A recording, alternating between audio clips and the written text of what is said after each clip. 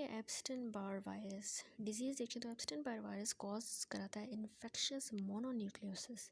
ये एसोसिएटेड होती है with the बर्किट्स lymphoma, other B cell lymphoma and nasopharyngeal carcinoma. एप्स्टेन Barr virus also cause कराता है hairy leukoplakia.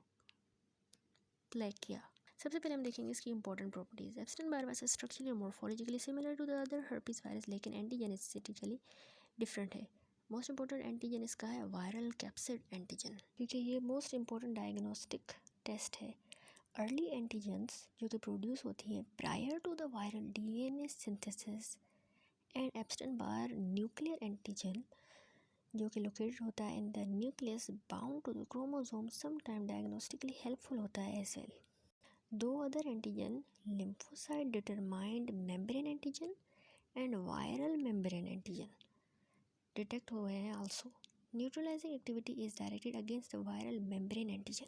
Humans natural host है। Epstein Barr virus infect करता है मेनी लिम्फोइड सेल्स को, प्राइमरी बी सेल्स को, बी लिम्फोसाइट्स को। एप्स्टेन Barr virus also infect करता है epithelial cells of the pharynx को, जिसकी वजह से प्रोमिनेंट सोर थ्रोट होता है। लेटेंसी इन्फेक्टेड सेल्स में एप्स्टेन Barr virus DNA in the nucleus में होगा, लेकिन इंटीग्रेट नहीं होगा सेलुलर डीएनए में। लेकिन not all genes are transcribed and only a subset of those are translated into the proteins. Summary of replicative cycle देखें तो साइकिल सिमिलर है हर्पीस सिम्प्लेक्स वायरस से, और एप्स्टेन बार वायरस एंटर करता है B lymphocyte को at site of the receptor for the C3 component of the complement. अब हम इसकी ट्रांसमिशन एंड एपिडेमियोलॉजी देखें तो एप्स्टेन बार वायरस ट्रांसमिट होता है primarily by the exchange of saliva during kissing. Saliva people का with the reactivation of the latent infection as well as उन people का जिसमें एक्टिव इन्फेक्शन हो can serve as a source of the virus.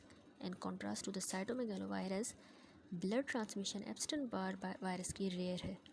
एप्स्टेन Barr virus infection one of the most common infection है world wide. 90% adult United state में antibody है इसके खिलाफ। Infection first few years of life में usually asymptomatic है। Early infection tend to occur in the individual in low socio economic group. Frequency clinically apparent infectious mononucleosis की, however it is highest in those who are exposed to the virus later in life, example college students. अब हम देखेंगे इसकी pathogenesis और immunity. Infection पहले होता है oropharynx में, फिर स्प्रेड होता है ब्लड में, जहाँ पे ये बी लिम्फोसाइट्स को इन्फेक्ट करेगा। साइटोटॉक्सिक टी लिम्फोसाइट रिएक्ट करते हैं against the infected B sales. T cells are atypical लिम्फ्स जो सीन होते हैं in the blood smear. एप्स्टेन Barr virus रहता है latent with in the B lymphocyte. Immune response to the Epstein Barr virus infection consist करता है first of IgM antibody to the VCA। IgG antibody to the VCA follows and persists for life. IgM response is therefore useful for diagnosing acute infection, जबकि IgG response best होता है for revealing prior infection. Lifetime immunity against the second episode of the infectious mononucleosis based होता है on the antibody to the viral membrane antigen. In addition to the Epstein-Barr virus specific antibodies, non-specific heterophil antibodies भी found होती है। Term हेट्रोफिल refer करता है antibodies को जो detect होती हैं bye test using the antigen different from the antigen जो इंड्यूस कराएं उनको। हेट्रोफिल एंटीबॉडीज़ बनती हैं इन इन्फेक्शियस मोनोन्यूक्लियोसिस, एग्लूटिनेट शीप और horse red blood cells in the laboratory. Gross reacting फोर्समैन antibodies in human serum remove होती हैं bye absorption with guinea pig kidney extract prior to agglutination. Note करें कि ये एंटीबॉडीज़ रिएक्ट नहीं करती with any component of the Epstein Barr virus. It seems likely that एप्स्टेन Barr virus infection modify करता है cell membrane constituent को such that it become antigenic and induces हेट्रोफिल antibody. हेट्रोफिल antibody usually disappear हो जाती है 6 महीनों में आफ्टर रिकवरी। ये antibody specific नहीं होती for एप्स्टेन Barr virus infection and are also seen in individual with hepatitis B and serum sickness. अब हम देखेंगे इस clinical finding. Infectious mononucleosis characterise होती है bye primarily bye fever, sore throat, lymphadenopathy and स्प्लीनोमेगैली। Anorexia और lethargy prominent है। Hepatitis frequent है। Encephalitis होती है सम पेशेंट में। स्पॉन्टेनियस रिकवरी यूजुअली होती है 2 से 3 हफ्तों में। Splenic rupture associated with the contact sport जैसे football is a feared but rare complication of स्प्लीनोमेगैली। In addition to the common form of infectious mononucleosis described in the previous paragraph, एप्स्टेन Barr virus cause कराता है severe often fatal progressive form of infectious mononucleosis, जो होती है children में with inherited immunodeficiency कहते हैं, जिसको x linked लिम्फोप्रोलिफरेटिव syndrome. Mutated gene encode करता है सिग्नल ट्रांसडक्शन प्रोटीन जो रिक्वायर होती है for both T cell and natural killer cell function. Mortality rate 75% है बाय एज 10। बोन मेरो या कोर्ड ब्लड ट्रांसप्लांट क्योर करता है अंडरलाइंग इम्यूनोडेफिशिएंसी को। एप्स्टेन बार वायरस ऑल्सो कॉज कराता है हेरी ल्यूकोप्लेकिया। ये एक वाइटिश नॉन मैलिग्नेंट लेजन है with irregular hairy surface on the lateral side of the tongue. ये होती है इम्यूनो कॉम्प्रोमाइज्ड इंडिविजुअल में, स्पेशली एड पेशेंट में। एप्स्टेन बार वायरस एसोसिएट होता है सेवरल कैंसर, जिसको हम कहते हैं बर्किट्स lymphoma, some form of Hodgkin's lymphoma, ये है Hodgkin's lymphoma, and nasopharyngeal carcinoma. Word associated refer होता है टू द ऑब्जर्वेशन कि एप्स्टेन Barr virus is initiating event that causes the sales to divide, लेकिन event itself does not cause a malignancy. It requires additional step for the malignant transformation to occur. Reduced cell-mediated immunity predisposed to the uncontrolled growth of the Epstein-Barr virus infection. Another Epstein-Barr virus associated disease is post-transplant lymphoproliferative disorder. Most common form of the post-transplant lymphoproliferative disorder है B cell lymphoma. ये होता है दोनों bone marrow transplant में और solid organ transplant में। Main predisposing factor इसका है इम्यूनोसप्रेशन, जो रिक्वायर होती है to prevent the rejection of the graft. Lymphoma will regress अगर degree of immunosuppression is reduced. Epstein Barr virus के लेबोरेटरी डायग्नोसिस अगर हम देखें तो the diagnosis of infectious mononucleosis is a clinical laboratory is based primarily on two approaches. Number 1 है haematologic approach. Absolute lymphocytosis होती है, as many as 30% abnormal lymphocyte scene होते हैं स्मेयर में।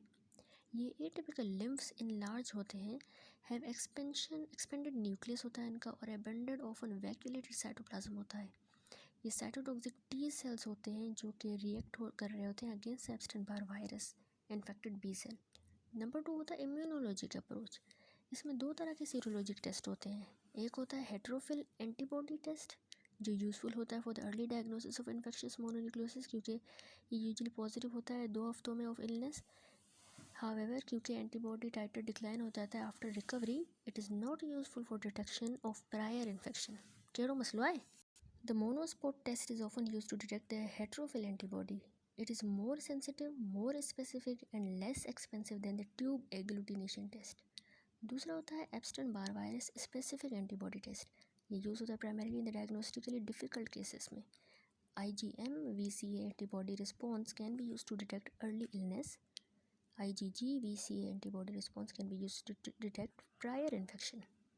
Certain cases में antibodies to EA and EBNA can be useful diagnostically.